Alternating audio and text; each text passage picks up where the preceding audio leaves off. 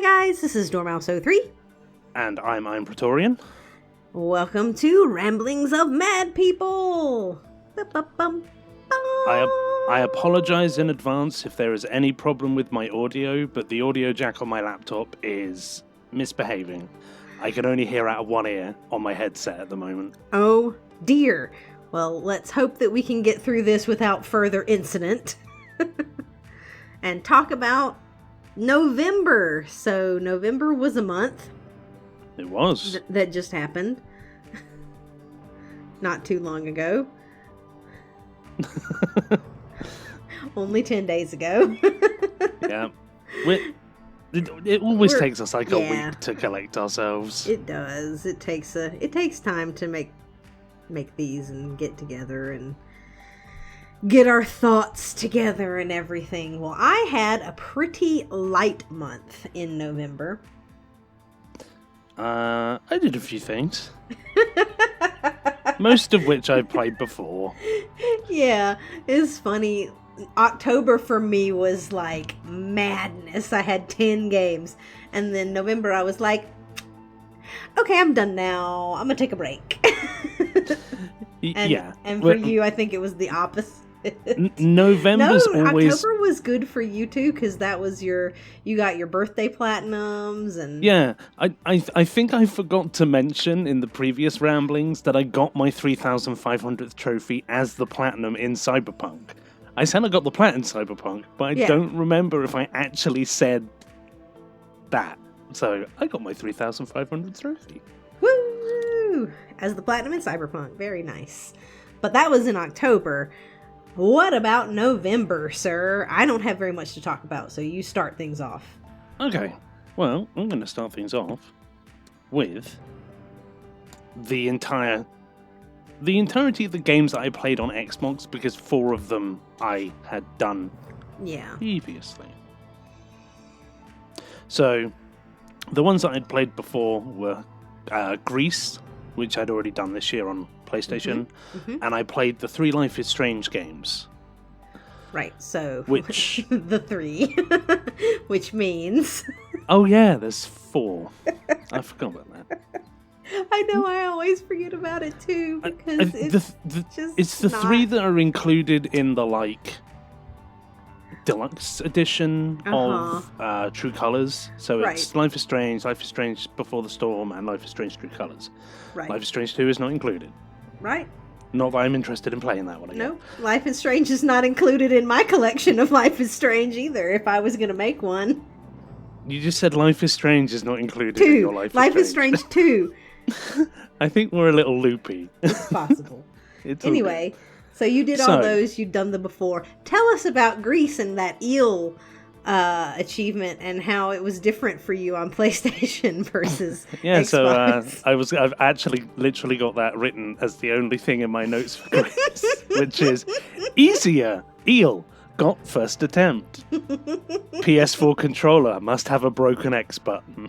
Because I remember so much easier. I was remember like, when you were doing that. Why? When you were doing that on the PlayStation version, and you were like, "Why is this so hard? I hate this trophy." Da da da da da da. And I'm like, something must be wrong. Is someone your controller? Are you playing a different game? Is this Grease hardcore mode? What is he doing? But yeah, no, I figured that it was something to do with the inputs on your controller, and that was why it was difficult for you, because, not to say that people can't struggle on different things and whatnot. No, but it was definitely the like inputs, because it took me like 7 attempts. Yeah. But yeah, Grease was good. I enjoyed playing it again. I will play it again because I have it on PS5. So why not? We love stacking those games, Hey, I have Witcher plans. 100% number 4 and number 5. Oh boy.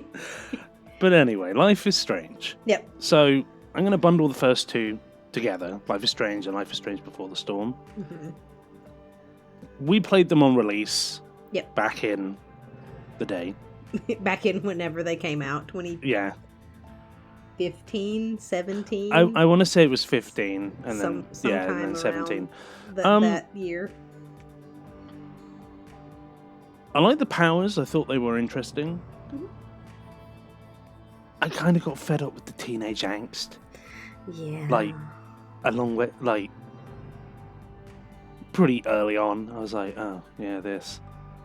Like, I thought the premise was interesting. I thought the powers were interesting. The main story, I'm going to spoil some things, so spoiler hand. Spoiler alert. The main story's really depressive. Yeah. It's just like, there's no good ending. Mm-hmm. And you and I have debated the ending of this game as to like, well, if this part of the time travel means this, does this imply something else? And like, are they breaking their own rules? Are they keeping their own rules? Right. And it's just like, they really just want Chloe to die. And they keep killing her over and over again. Yes. Just to like push the point home that you probably shouldn't keep her alive because the universe wants her dead. And it's just mean. Yeah, I don't want to kill my best friend. Mm-hmm. But I also don't know as I would sacrifice an entire town for them either. See, we don't see friendship / love the same way, clearly, because I would murder an entire town for you, Rob. I know. I have a different kind of conscience, and there would be so much blood on my hands that I wouldn't be able to see them anymore to game. And it'd be all on the controller. It'd be gross. It'd be disgusting. No. Although, in the moment, I'd probably, depending on who it is, if it's where I live, they've annoyed me enough that they probably deserve to burn at this point. Screw all of them. You work retail, you just get so annoyed at people after a while. But, yeah. True Colours, on the other hand. Yep. Actually, I should probably talk about Before the Storm. I jumped. Yeah. Before the storm, before the Colours. It's odd. It doesn't feel like it fits properly with the story of the first one. It's only 3 episodes. I feel like they needed 5, probably, to get across what they wanted. Yep. And it's almost like you get to the end, and you're literally going, just leave. Just leave. The two of you, just go. Run. Get away. There's nothing for you here. Yeah. Literally, there was Why nothing. Why didn't you leave? Why didn't they leave? Why did Rachel Amber hook up with Frank? Why? They literally had very little interaction. It just doesn't if any. fit. It doesn't fit with the events that happened in the first game. And so it's like it leaves her you and going, Chloe are so inseparable, and then it's suddenly like, nah, you're just a friend. Oh. Yeah. Yeah. It was good encapsulated in and of itself, right? If it was on its own. But in the context of the previous game, I don't think it fit where it needed to. Yeah. Because I felt like they were trying to write their own story without it fitting into the context of the first game. Yeah. Like, were they going to put more of the information and interactions that would have slotted it in better in more episodes? Because they had the writer's strike. Was it? No, it wasn't the writer's strike. It was the actors' voice actor strike. Yeah. And so they had a different voice actress for Chloe.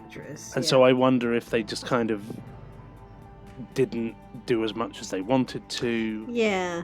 Because I feel like you're right. You know, it was 3 episodes instead of 5, and all the others are 5.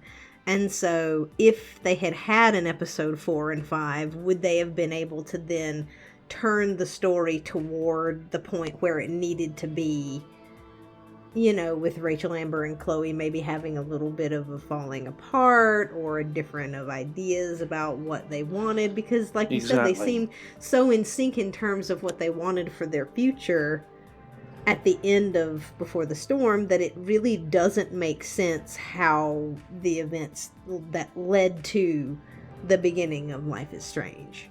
So, yeah.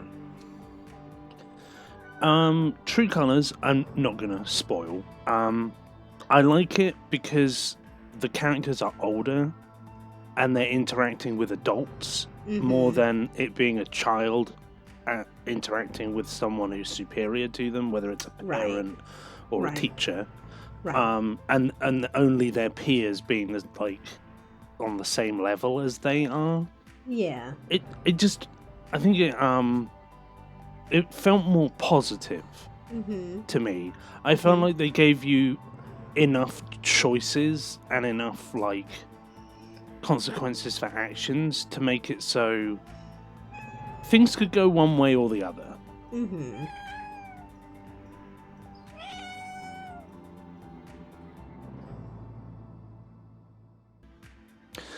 And then so that was Life is Strange done for me. And the only like new game that I played in November was Moving Out, which is like a simulation game about someone who's... It's kind of telling the story of their life with them moving to different places in the course of their like lifetime. And so it's like moving out of their family home, and they're moving into university, and they're moving out of university to be with someone else. And it's kind of like trying to tell the story through the items that you acquire and the items that you kind of lose or leave behind. It's like it's an interesting way to tell a story, but I'm glad that it wasn't any longer than it was. Yeah, I had the same feeling when I played that game, that it was just long enough, for you to have the nice chill mechanics and, see what happened to this person throughout their life. But if it had been longer, it would have been too long.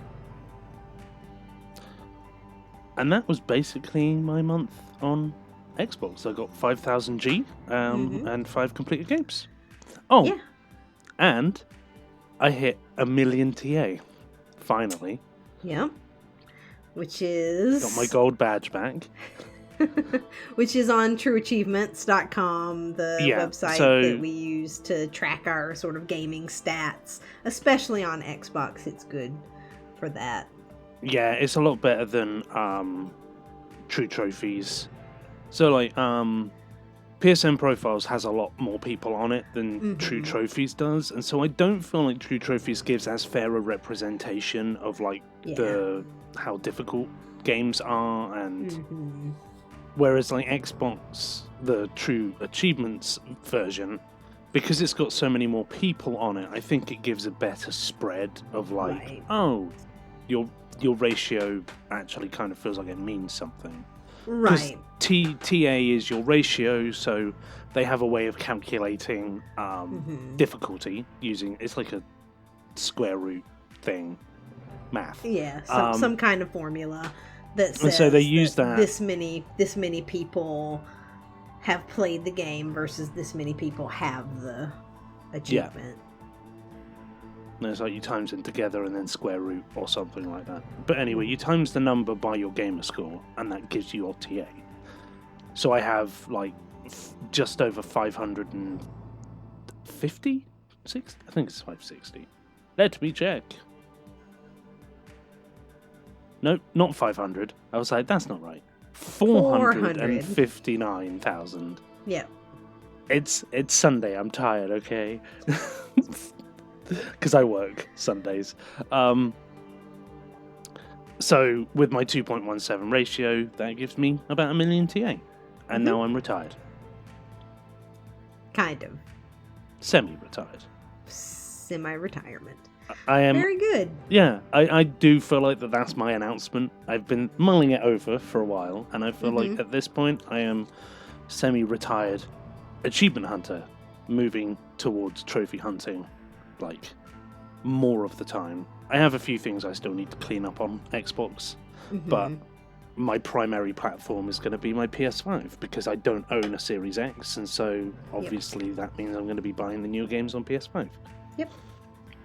So, very, very good, sir. I will still be doing my time split between the two because I have Games Pass and, Exactly. It's like we said before, we don't have to like follow the example of the other.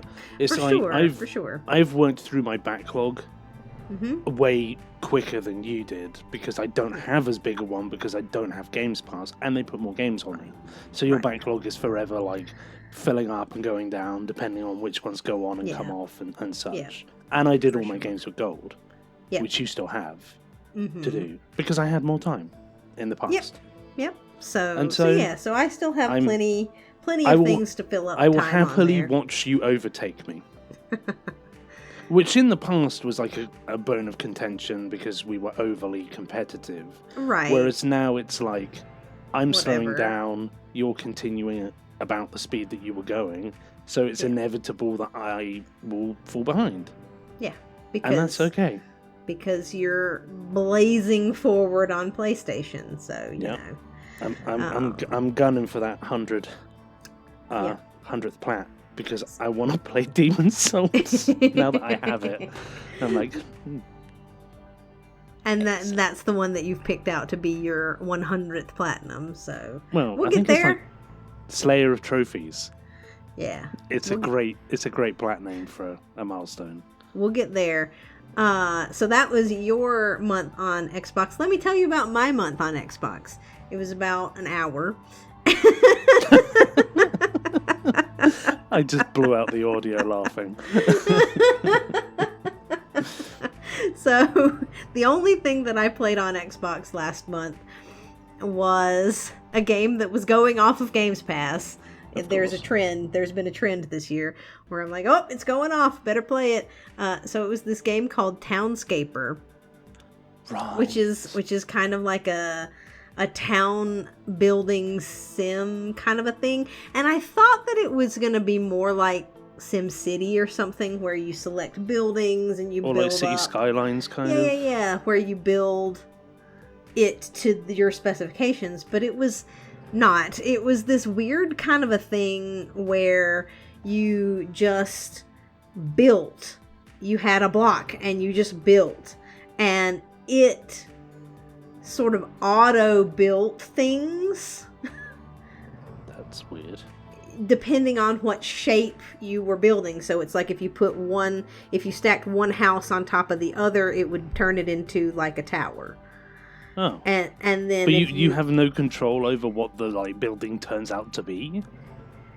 Kind of. So, you know, or if you want a specific one, you have to build it a specific way, right? Oh. So there were a bunch of achievements for building like a church with the door and a hook underneath the building and this and that, and you had to or a town that was floating, right? So you had to build it in a circle and then erase the underneath, and then it would be like it would put it on these little propellers and it would be a flying city. Oh, okay. So you kind of had to know you had to what build the game it. was Yeah, going to exactly. do, You had to build it to rather than being certain able to just I'm just going to demolish this thing. Right, or and then it will I'm going to build a church here. Boop. I'm going to build a tower here. Boop. It was more like I'm going to click, click, click, click, click, and build up this area and hope that I get what I need, or look up a guide that says, like, you need to build it in this specific configuration, and then the game will turn it into the thing that you need, right? Yeah. So it was weird. It was interesting to play around with for about 10 minutes, and then after that, it was kind of like, this is not exactly what I thought it was going to be, and not something that I really would spend very much time with. So, that's a shame. Yeah, I know. It was disappointing. It's probably the most disappointing thing that I've played in a while. Since Age of Booty. Since Age of Booty. Oh, you were Lord. quite disappointed with that game. Yeah.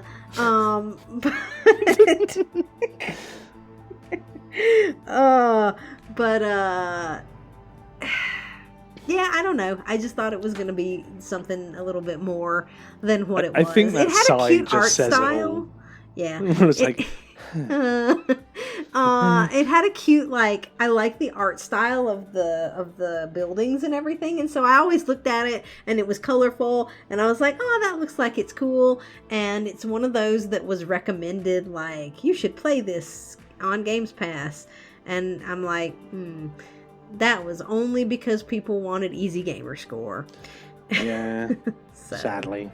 Unfortunately, That's the nature of the world we live in. Yeah. There was not a great game behind that. Like, I've played short games that are quite fun and good. Yeah, me too. But this was not one of those, unfortunately. So it feels like they had a good concept, but there's just not enough to it, in my opinion. And that was all I played on Xbox this past month. Well, I've talked about English is hard. I've talked about my Xbox stuff, so I guess on to PlayStation. So I got 2 platinums in games that I've played before. So I got the platinum in Lovers in a Dangerous Space-Time, which is like a shoot 'em up spacecraft cutesy art style. It's an odd game, but it's kind of fun. Yeah, I like it. It's like a, I don't know, like a side-scrolling adventure. Yeah, it's like a ship-based shoot 'em up, basically, because you have upgrades and different kinds of cannons, and the boss fights are like constellations, which is cool. Yeah. And it's just basically like the scientific research base, because the Lovers is like an acronym, has like been damaged, and you need to go and retrieve like the power cores, and there's 4 of them. There's 4 bosses, and you have to take. I think it's called Jelly Bean. I think is the ship, the Jelly Bean one. Jelly Bean one. I think that's it, or cute. that's one of the like, because there's other ships that you unlock as you go through. But it's like, it's just fun. It's cutesy. It's not too difficult, even though it's got an ultra rare plat, which surprised me. I think people play it and go, and then move on. Yeah, it's one of those that is definitely on that list of, it's not as hard as it looks like it might be based on the number of people who have completed it. Yeah. Because I guess people just try it out and it's not what they think it's going to be, and then they just leave it. Yeah, and also it's couch co-op only, so you need 2 controllers. Yeah. Even though that isn't anywhere near the rarest trophy in it. I wish it had been online, because the first time you and I played it, we thought it was online. Yeah. And we were like, there's no online. We were so disappointed. Because it's such our kind of together. game. Yeah, it would have been really fun. I would have been driving, you would have been blasting everything. Yeah. But I had a little pet dog with a space helmet on instead that was your proxy. Aww. And then, exactly. I almost put it as the cat. You should have, because I'm definitely a cat, not a dog. Or a mouse, but there was no mouse. There was no space mouse. Sadness. And then I did Plague Tale Innocence again. Because I have bought Requiem on PS5 to play in the near future. I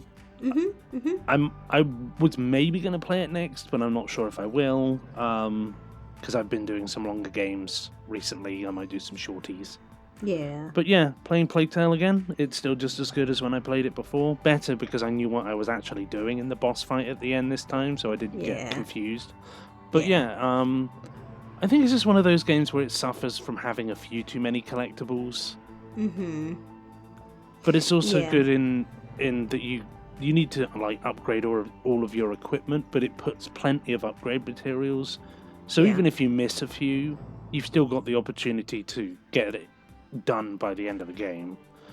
Yeah. Rather than, certain games where it's like, you have to find every single one of these, otherwise you can't upgrade to the final level. And Requiem is even better than that because it has New Game Plus, and so you can... Oh, sweet. I think you have to. Like, I think it's... I don't know that you can get the highest level in everything. And I think it has more of a skill tree, right? Yeah, it does. until you do New Game Plus. So, yeah, well, I'm glad that you enjoyed it, and I'm glad that you found the boss fight to be less frustrating this time around. Yeah, I also, I pretty much finished Rise of the Tomb Raider. It's just that I'm holding that one for my 4,000th trophy, which I will more than likely get before Christmas. I just kind of, I wanted it done because we have plans for Christmas. Yes, we potentially, gaming-wise. But yeah, it's as good as I remember it being. I haven't done the hard mode yet, but it's the easy hard mode, so you know it's not as hard as the Xbox 100%, thankfully. It's nothing to sweat over. Because I've done all the like gold medal challenges, and I've done all the DLCs. I will say DLCs a little bit hit and miss. I like Baba Yaga. I like the endurance mode co-op, adventure besties. Yep. That's our little moniker now. And I love it. And the fact that you got it as your... I did get it as my 2,500th trophy. Adventure Besties. Adventure Besties. Cold Darkness, meh. Sadly. It's fine. It's just kind of like, I paid money for this, okay. I didn't this time, but I did the first time. Because we got it. Yeah. I think we got Rise, the 20th anniversary on PS Plus for free, which was nice. Croft Manor is alright. Like... Yeah. It's an alright thing to sort of tie in some information about her past and her life and such. So that's kind of cool. And it's a nice callback to some of the earlier games where Croft Manor was a little hub. Yeah. Right. That you could explore and stuff. So that was kind of nice as a nostalgia thing. It's a nice homage. Yeah. Yeah, I still like the setting. I still like the mechanics. I think they work very well. It's just a great game, and it's still my favorite Tomb Raider game. Like, I'm happy with that. Yeah, that's a solid choice. So you did the majority of that. That doesn't have the platinum quite yet because you are saving it. Because I have plans, but I only have 2 trophies left: the platinum and the survival mode. Yeah. So it's effectively done. Yeah. I got 1 trophy in Sleeping Dogs for said run to 4,000. And I started Hogwarts Legacy, which I will not be talking about now. Right. Because we'll talk about that for December. Yeah. So, yeah, was that your whole month? That was my whole month. 2 plats and 5 very nice 100% on Xbox. I would say that is pretty darn good. Not my best November, but decent. I did also 1 game on PlayStation, and that was Watch Dogs Legion. Hey. It's been on my backlog for a little bit. I got it for super cheap a year ago or so. I feel like it's probably 2 years. Maybe 2 years ago. Yeah. I got it for super cheap, and it had a free upgrade from the PS4 version to the PS5, so I played the PS5 version. And I might go back and do the PS4 version at some point. I ended up purchasing the DLC for it because it was on sale like right after I played the main game. And I bought that like a couple of months ago when it was on sale. I was like, oh, I'll do the DLC. Why not? Yeah. And I really enjoyed the DLC for it. Like, as much as I still think that Aiden Pierce is a piece of cardboard of a character, it was interesting, like, seeing him and his nephew from the first game is like an adult now in college. Oh, wow. Yeah. And he lives in London, and so Aiden came to London to do something. Well, it was to try to fix what was going on with the hacker stuff in London so that his nephew didn't get caught up in it, or so that it didn't negatively impact him. And then they end up getting embroiled in some shenaniganery. Because of course. But it was actually, I enjoyed it, the Bloodline DLC, and it brings in, I can't think of his name. But he's the guy with like the DedSec, the classic like DedSec mask that like is electronic and changes. He's from Watch Dogs 2. Yeah, I know who you're talking about. I can't remember his name either. So his name is Wrench. Wrench, that's it. Is the guy. And so he's in it, and Aiden's in it, and you even have a little cameo from Jordy, the kind of psychopath guy from the first game that worked with Aiden. Oh, yeah. Yeah, who was pretty cool. I liked him. So he's in it a little bit. So it was kind of neat to go back was and... T-Bone in it? No, unfortunately, T-Bone was not in it. I like T-Bone. Favorite. I like T-Bone as well.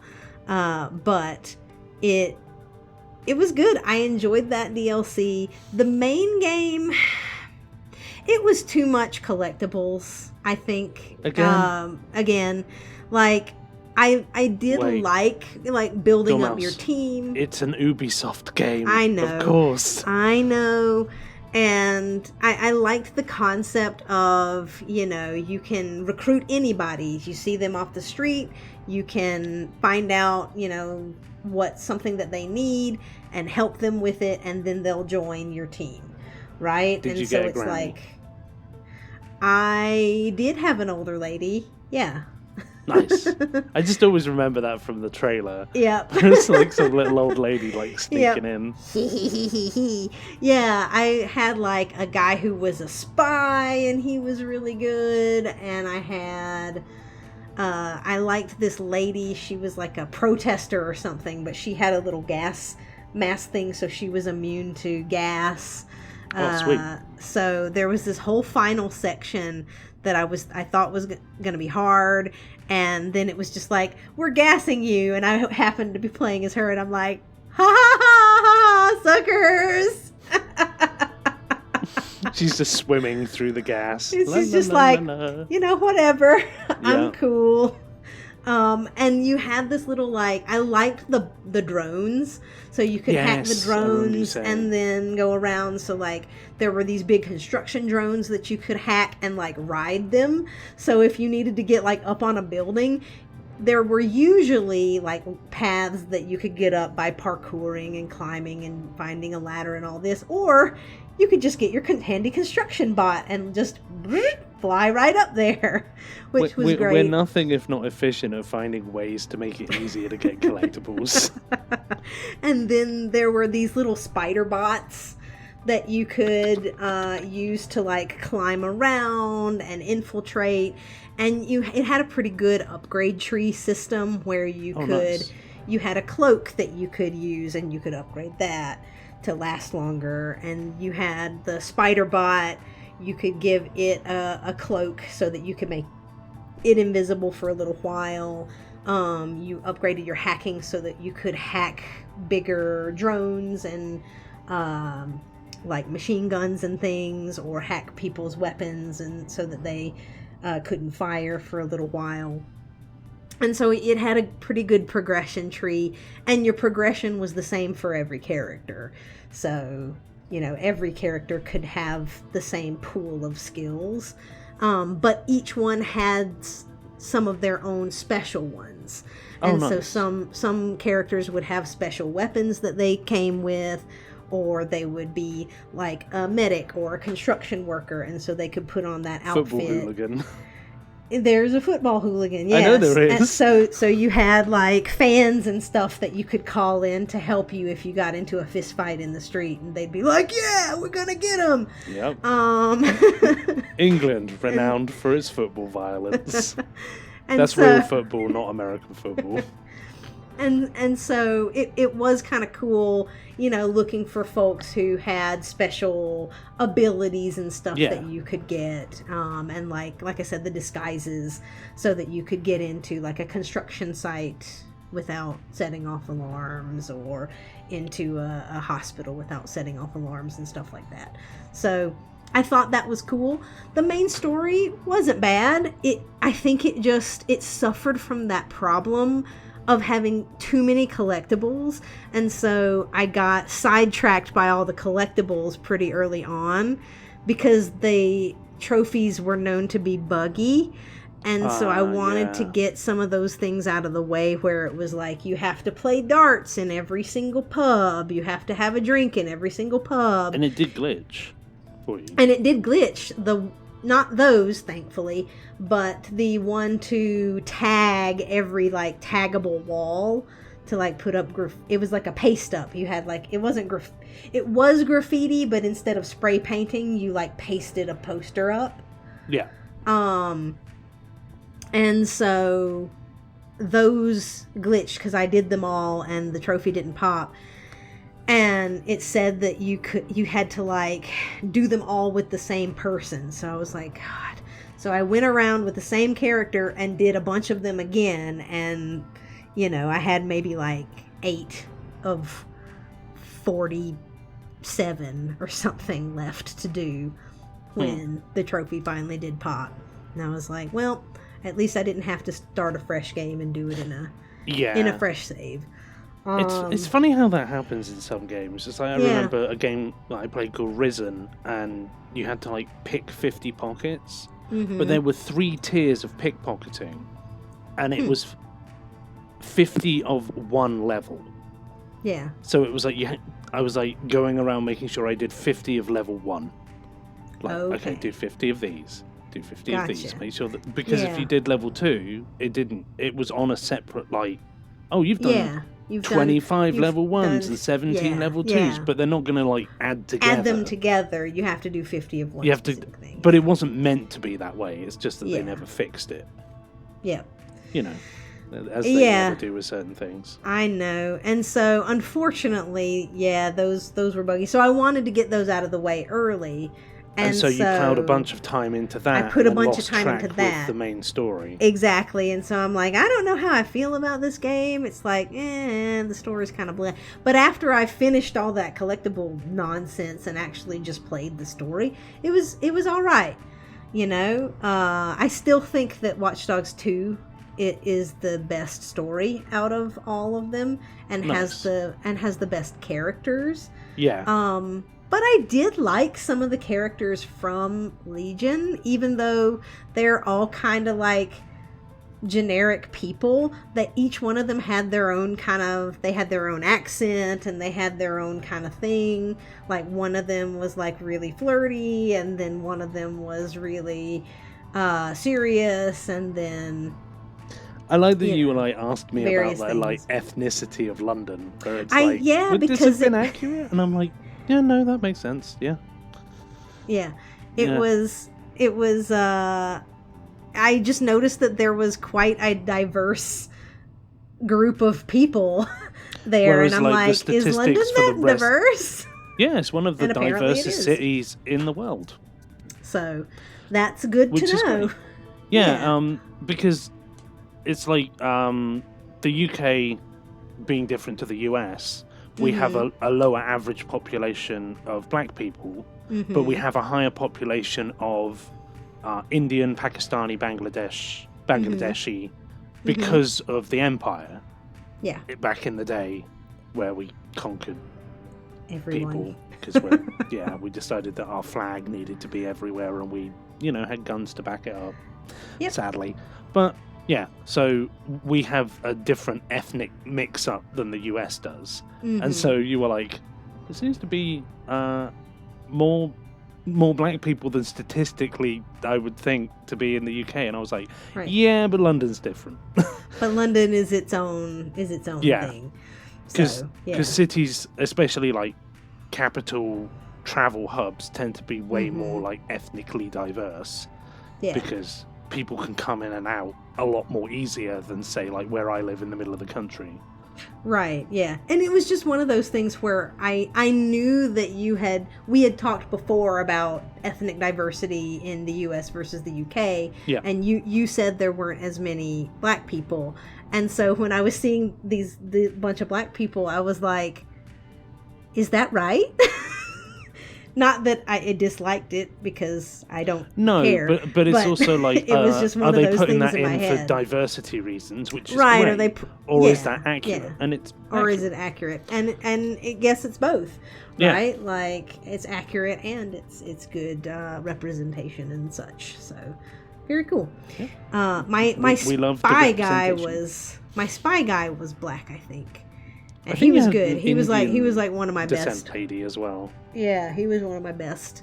And I had like, yeah, it was a very, very a good mix. Yeah, I would be curious to see like who I end up with if it's like, random. Yeah, and I mean, and you can choose different people, right? And so yeah, but if you're like running around solely based on I need this certain skill set, and you take the first person you get, it's going to be fun. They take the ones that you can get. I'm doing another playthrough of it because I'm doing the hard mode, right? The permadeath mode on there. Yeah, and the DLC one. My goal is to have an all ladies team except for Aiden and Wrench. Go power. Because you get them if you've played the DLC, so it unlocks some special characters that you can have in the main game. Which you want Elena Pierce and a female Wrench. Right, Wrenchette. Wrenchetta.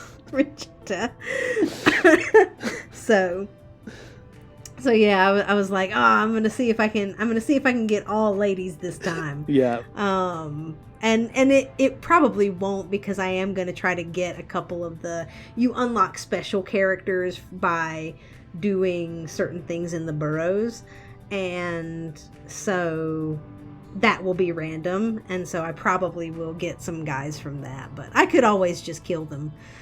Yep. Kill all the men. Anyway, I enjoyed Legion all right. Like, it's not something that's amazing, but if you enjoyed the other Watch Dogs, I don't really see any reason why you wouldn't enjoy Legion. So awesome. Yeah, that's on my to-play list. Yep. As long as you're not imagining that it's going to be, the best. Yeah, groundbreaking best thing since sliced bread. Oh, but sliced bread's so good. I know. It can be. Especially when it's toasted with cheese. That was my whole month. And I also, I started Hogwarts Legacy as well. That was something that we both got that on sale. On sale around the holiday sales. And so now that we've come to the end of us talking about the games, I will say the sales were awful. Oh my gosh, so bad.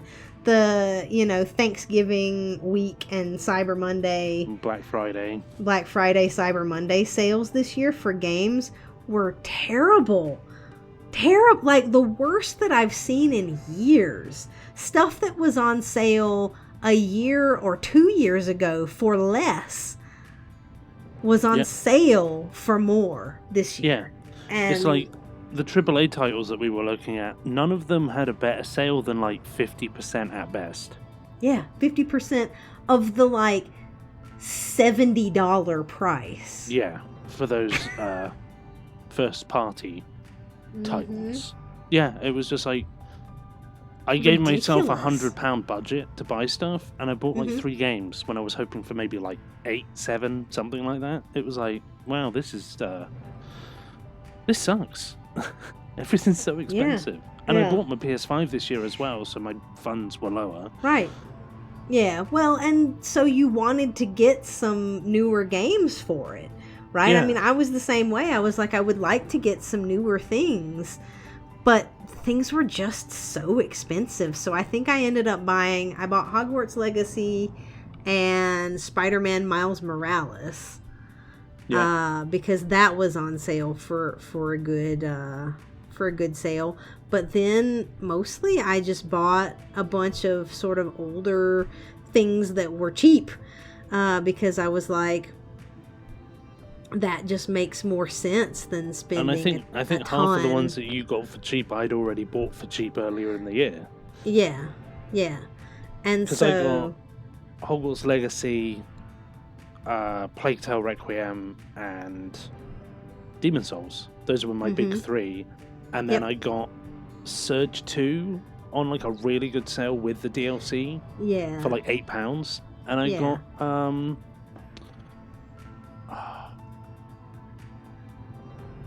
Tale of the Sea.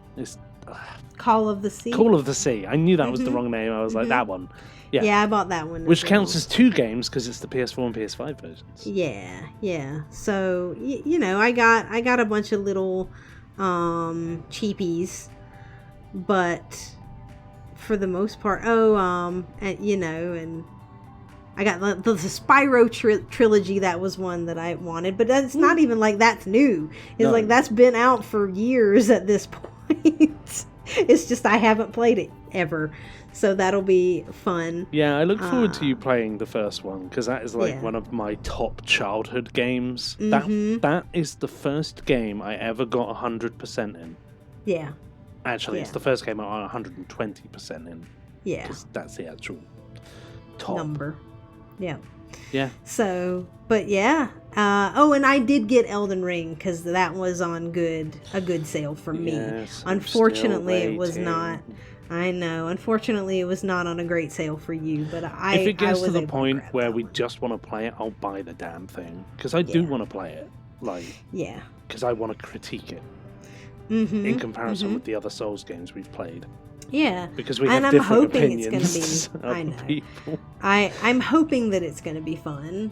I'm hoping that it'll be more enjoyable than Bloodborne was for me. Yeah. Like, I am not saying Bloodborne is a bad game. I am just saying that I didn't have the most enjoyable experience with Bloodborne for reasons that I've covered before. So right. That's my that's my baseline of the Souls games that I've played. And obviously Demon Souls hopefully will be good too. Yes. So yeah, I'm looking forward to playing those things with you. And we grabbed a couple of old things to play co-op: Borderlands, Handsome Collection. Yeah, so we got 2 in the pre-sequel. Pre-sequels are ultra rare. That's funny. All that claptrap nonsense. Yeah. Well, no, it's not even including the DLC. It's just like the base game is ultra rare plat, which I guess people just didn't play it. Yeah. Well, they didn't want to play as claptrap, so. Well, I think the thing is because that is in the main game. Yeah, that's true. Oh god, the random. Yeah, no, yeah, I remember now. the random ability stuff. Oh god, flashbacks. I got flashbacks of the war with Claptrap. Trying to get him to do all those random things, right? Yep. So we'll have that to play, and we got It Takes Two on PS4, PS5, so we'll be able to play that one again a couple of times, which will be cool. So, you know, we grabbed a few things, but it was mostly older cheapies. Yeah. And I think Hogwarts Legacy was the only game from this year that was on sale for a price that I deemed worth it. Yeah, I think I got mine for £35, and it was the disc version was like 60. So I think I got like a 40% sale. Yeah. But that wasn't the best one I could get. Yep. And mine was $30, and so it was. Yeah. It's funny because you always get the better deals on the games, and I always get the better deals on the movies. Yeah. Whenever we buy stuff. That's weird, isn't it? I'm like, ooh, a £3 Blu-ray, and you're like, mine's $15. Why are yours so cheap? And you're like, why are your games so cheap? I think with how many movies I bought this year, I think it worked out with the like balance of gaming and movie expenditure. I don't even know, but yeah, the sales were quite disappointing, and so I'm hoping that maybe around Christmas or New Year's there will be some newer games that are actually on sale. You know. Actually, I told a lie. The best sale I found, which I'm not getting till Christmas because it was a gift, was Forspoken for £10. Ah, nice. Yeah. I'm interested to see what you my think mum about never that knows one. what to get me for Christmas, so she's like, just choose a few things. And I was like, I've got £10 left. Let's see if there's anything for... Oh, Forspoken's £10. Get that. Yep. I'm interested to see what you think about it. The gameplay looked pretty fun. I know that people say the story is kind of meh, but I mean, story and it's the hard voice not to acting get. I heard might be a bit...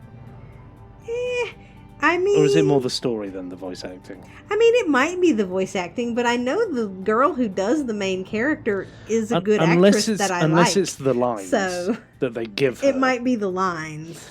It might be the writing more than the acting. That's what I mean. I can't speak English tonight. It's like wandered off my ability to communicate successfully. Yeah. But yeah, I'm interested to see what you think of it, because I mean, it's hard to not get $10 worth of value out of something unless it's just real bad. Yeah.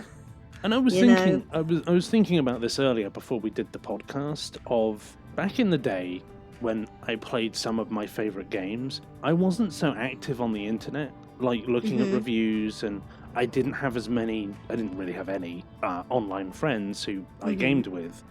And so I wasn't having my opinion like pushed one way or the other by different people saying different things, and I just played the game and then went, that was really good.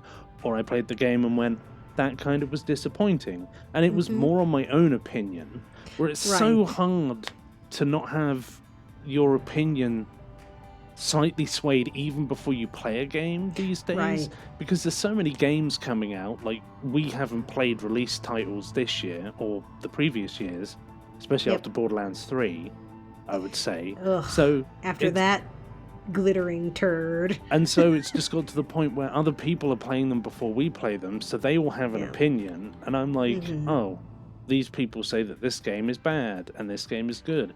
And so you go into it coloured as to what your opinion is going to be before you've even played the game. Whereas having like a clean slate of like, I don't really know what this game is. Like Mass Effect 2, right? Mass Effect 2 is our favourite game of all time. Well, our favourite game at this level. I think it might be all time. Anyway. Yeah. Mass Effect 2, favourite game of all time. I wonder how different my opinion would have been if I'd have played that now for the first time with everybody like, oh yeah, like I didn't like this, or I didn't like that, or I love this, or I love that. And it's like, I feel like we've kind of lost that unbiased opinion. Because it's so hard to avoid spoilers for things. And even spoiling something so much as this was great or this was terrible, you know, because even that, like you said, gives you, it colors your opinion going into it. So you're thinking, like, when I played Watch Dogs Legion, for example, I know that didn't do very well, right? And I feel like reviews were pretty mediocre. Yeah, you know, average at best is what I usually say. Yeah. And, you know, not that I thought that it was an amazing game, but I enjoyed it well enough. Like I said, it's not anything groundbreaking or whatever, but it played fine. It wasn't buggy. The abilities were good. Like, it was fine, you know? And so, but when I went into it, I was apprehensive because I was like, is this going to be awful? You know? And so sometimes it's almost better to go into things with that kind of opinion, though, because then you can be pleasantly surprised that it's not terrible. Yeah, err on the side of it's going to be bad, and then when it's good, pleasantly surprised is maybe better than going in like, this is amazing. Oh my god, this is going to be, this is going to be the most amazing thing of all time, and then just being crushed and disappointed. I think that people do things way too much to the extremes these days, where it's either this is the most amazing game ever made, or this is a pile of crap that I scraped off of my shoe, you know, and it's rarely that's the case. I mean, and it's also like, even maybe like sometimes political leanings or controversies before games even come out, like Hogwarts Legacy. It's like, people wanted to boycott it because of J.K. Rowling, and it's like, Yes, she created the universe. Yes, she will profit from it. But there's a company that made a game. They put the effort in to make the game. They made the characters. They made the story. Yep. And it's like, that's a disservice to them, really. Yeah. Of like, you're just not going to do anything with that game because of certain things that have been said by an individual that really wasn't connected with it. Right, yeah. And without... And that's not even anything about the game itself. Right. Right? Like, this is about something that's totally outside, that the people who were making it had no control over. Yeah. And then you're gonna just shit all over them. Yeah, I don't understand that either. So, it boggles my mind, some of these things. And then it was almost like anybody that played it should be cancelled. Because that's the culture we live in, where it's like, I've made a choice as to whether I want to play this game or not. Right. And because I've made that choice, that means that I agree with what J.K. Rowling said. Right. That means you're this and that phobic and whatever. And it's like, I kind of just like magic and... I wanted to find out what house I was going to be in. Exactly. Well, we know what house we're in. Yeah. It's the best house. Yeah. It's Ravenclaw. Well, it is. I do love that Hufflepuff is the one that the least people chose, and obviously Slytherin is the highest. Yep. Everybody wants to be a Slytherin. For some reason. Yeah. Like, there's not that there's anything necessarily wrong with Slytherin, but it feels like people want to be that because they want to be, because they want to show that they're not really bad. And it's like, I think that was pretty well established that they weren't all really bad. Yeah. There was, good and bad wizards in different houses. In every house, for sure. So, but anyway, we're in the best house, Ravenclaw. Other opinions may vary. Opinions may vary. We chose our favourite. Well, the one that we're like in because of sortings that we've done on certain websites. Yeah, for sure. So it'll be fun to talk about that when we're wrapping up next month. So yeah, that was a good November, I think. I slowed down a little bit. You had a nice amount of things that you completed and got through. I wanted to get my million TA because that is just, I was very close and I was like, I can do this. I have a good push of a month because November's like my get stuff finished and then coast to the end in December. Yeah, before the end of the year. And so, it was nice. I got a couple of plats. I'm on my way to my 4,000th trophy. Mm-hmm. And I guess we can talk about this next month, but like goals for next year and stuff. Starting to make some goals for next year, and obviously we'll maybe talk about that when we're wrapping up December and heading into the new year. But starting to think about how this year's shaping up, making goals for next year. But before that, I'm gonna be doing a crazy challenge. Yes. So I decided that this year I have enough, kind of shorter games that I want to do a 12 plats of Christmas challenge for myself. So I want 1 platinum every day for 12 days, culminating on the 25th of December, where we're planning to do We Were Here Expeditions, the Friendship. Indeed. And get a Christmas Day on get a Christmas plat with a fun co-op game. So that is gonna be crazy. I have my games picked out for it, and I'm looking forward to seeing if I can manage that, because you can do it. I'm not taking off work or anything. Difficulty I will work. Right. I will be taking off like the day before Christmas. I have to work the day before Christmas. Yeah. Sadly. But for the most part, I'm going to be doing my normal routine, and so we'll see. Yeah. We'll see. Most of them are between 4 and 12 hours. Ooh. And so I've got a couple of 12 hours in one day. Yeah. Well, see, so here is the thing. You have to get the plat on I need to get the plat on that day. So But you can't start I can't start it. No, exactly. I can't start before the 14th. Any of them. Yeah. They're all going to be started and completed between the 14th and the 25th. I'm the adjudicator, and I will check your stats. Yes, you can. You absolutely I mean, can. I trust you implicitly, so I'm sure you... Because what would be the point? I cheated. Exactly. I cheated my thing. That would be stupid. So, I can't have I think I just smacked my microphone. Sorry. I'm so excited. I think I picked up a brownie packaging at some point during the recording, so there might be some crackling, so I apologize. We'll have to edit out some things. But, so I have to start and finish each game between the 14th and the 25th, and I want to get 1 platinum every day. However, if I get a short platinum, let's say on the 14th, I can start the next game and play a few hours of that on the 14th. And then get the plat the next day. And get the plat and finish it the next day, and then maybe start the next thing. Yeah. So I don't have to do them all in the same day. I That's just good. need to do them all in the same 12 playing a days. game for 12 hours in one day is painful.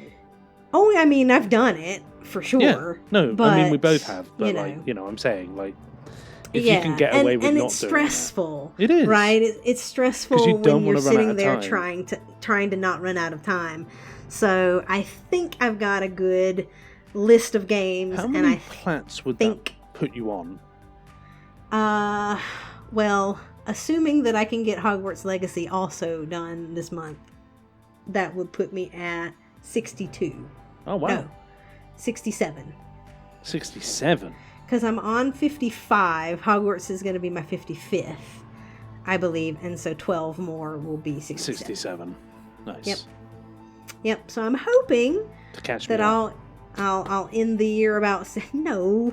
I'm hoping to... I'm not going to catch you up. You're on like 85. I'm not. I will be. But... Once Tomb Raider's done, probably. But, I'm hoping that's... that's about where I'll end my year, is about 67, give or take. There's a whole nother week in between Christmas and New Year's to either finish up Hogwarts if I don't get it finished, and or, maybe start something else. But around because I would assume if you don't finish Hogwarts before the deadline, you're not going to play that during that time and accidentally get the plat. Most likely not. So I'm looking forward to doing that. I'm pretty excited about it. Like I said, I've got my list of games, and hopefully we'll be sharing the good news on that front starting in just a few days. Woo. So look forward to that. So for everybody, hope that you had a good November. Hope that you are having a good December. And that if you celebrate any holidays, they are happy. Yep. Merry Christmas to everybody, because by the time we do the next one, it will be the end of December. Right. Yep. And so you guys take care of yourselves, and we will see you the end of December, early January of next year. For our wrap-up of 2023. The good, the bad, and the ugly. Indeed. All right. Take care of yourselves, guys. Bye-bye.